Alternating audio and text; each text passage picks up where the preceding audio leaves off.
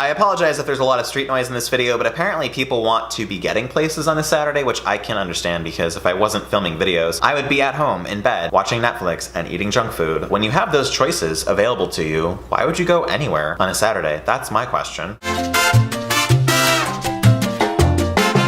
Hi guys and welcome back to Slice of Mike. Today I'm talking about some of the books I read in April and then also a few left over from March. There are quite a few books, so I don't want to spend too long discussing nothing, so let's just start talking about the books. That's why you're here. The first book on my list is The Girl Who Drank the Moon by Kelly Barnhill. One of the reasons I loved it is because it feels like you're reading a fairy tale retelling of something that you've heard a million times before, but you can't really place what it is. And that's because this book draws from a lot of classic fairy tale stories, but it doesn't have any clear point of origin, which I really liked because I'm feeling a bit burnout on the Cinderella retellings and the Little Red Riding Hood retellings. I liked this because it had a timeless quality, but it also felt completely new to me. The next book that I read is a book that I don't have quite so many good things to say about, and that is All the Birds in the Sky by Charlie Jane Anders. I honestly thought the story was about superheroes. I don't know where I got that from. It's not at all. It's about a young witch and a young scientific prodigy who kind of join forces and also cause chaos in the world where they live. And there's a lot of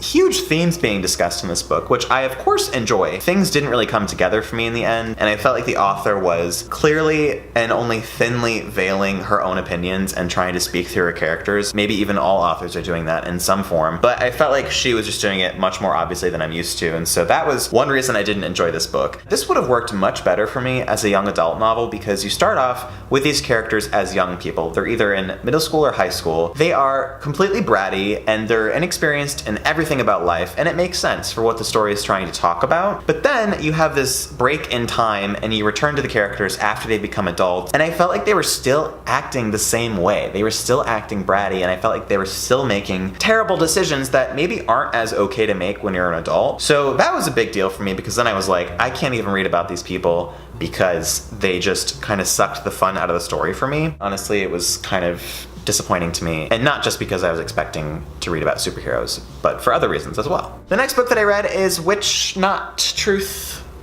The next book that I read is Truth Witch by Susan Dennard, which is the first book in whatever series she's writing now. I didn't entirely love the characters. I felt like they were a little typical for YA. I mean, they're strong women, they have powers and talents, and they're one of a kind, and they have this unbreakable friendship. And I know a lot of people, when they talk about the series, talk about how much they love the female friendship. And now that I think of it, I can't really envision another series right now that has quite the same sort of emphasis or places the same emphasis on friendship. So that's definitely a positive. On the pro side, I loved the world building and I loved the magic system. It felt kind of similar to Game of Thrones in terms of the continents and the countries and the empires that were set up. The whole point of the series is that they are being drawn into war with each other, whether or not they know it and whether or not it's for good reasons. Any series that builds up a war between different neighboring lands like that, I'm all in for. But I definitely would recommend this to you if you haven't read it and you've been thinking about it. It's pretty good, and I think it stands up to the hype,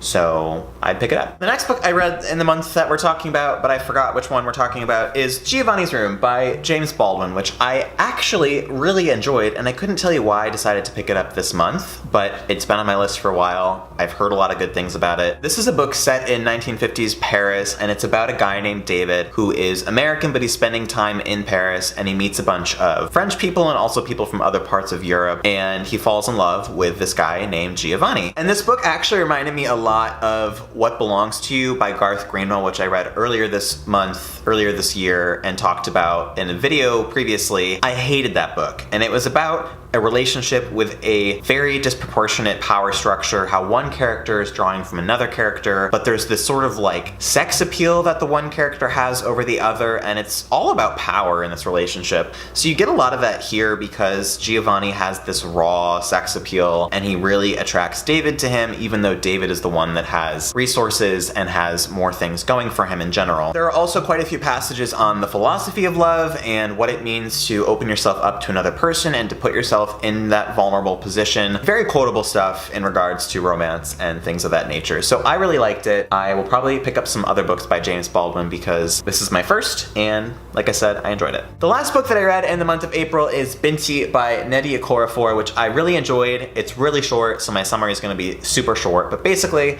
this is a sci-fi story about a girl named Binky who's living on a dystopian Earth in the far future. Binky actually, in the beginning of the story, is getting ready to leave the planet and go to another planet so she can go to university, which is virtually unheard of for her culture. And there's also a race of aliens known as the Medusa, who are kind of octopus, jellyfish type things that are at war with other humans. So Binky is drawn into this conflict and she becomes kind of central to it, actually. The story's about that, and there are also huge themes here like racism, and I really don't see racism explored enough in science fiction, but I feel like it's a really good area to get into tough questions like that. So I really enjoyed the book because it does ask tough questions and it addresses those topics. So solid sci-fi, and I do recommend this to you if you want to read it. So those are all the books that I read in the month of April. If you guys have read any of the books that I talked about in today's video, please leave me a comment in the comment section below and let me know your thoughts. I hope you guys enjoyed today's video. I will talk to you all again very soon, and thank you for watching.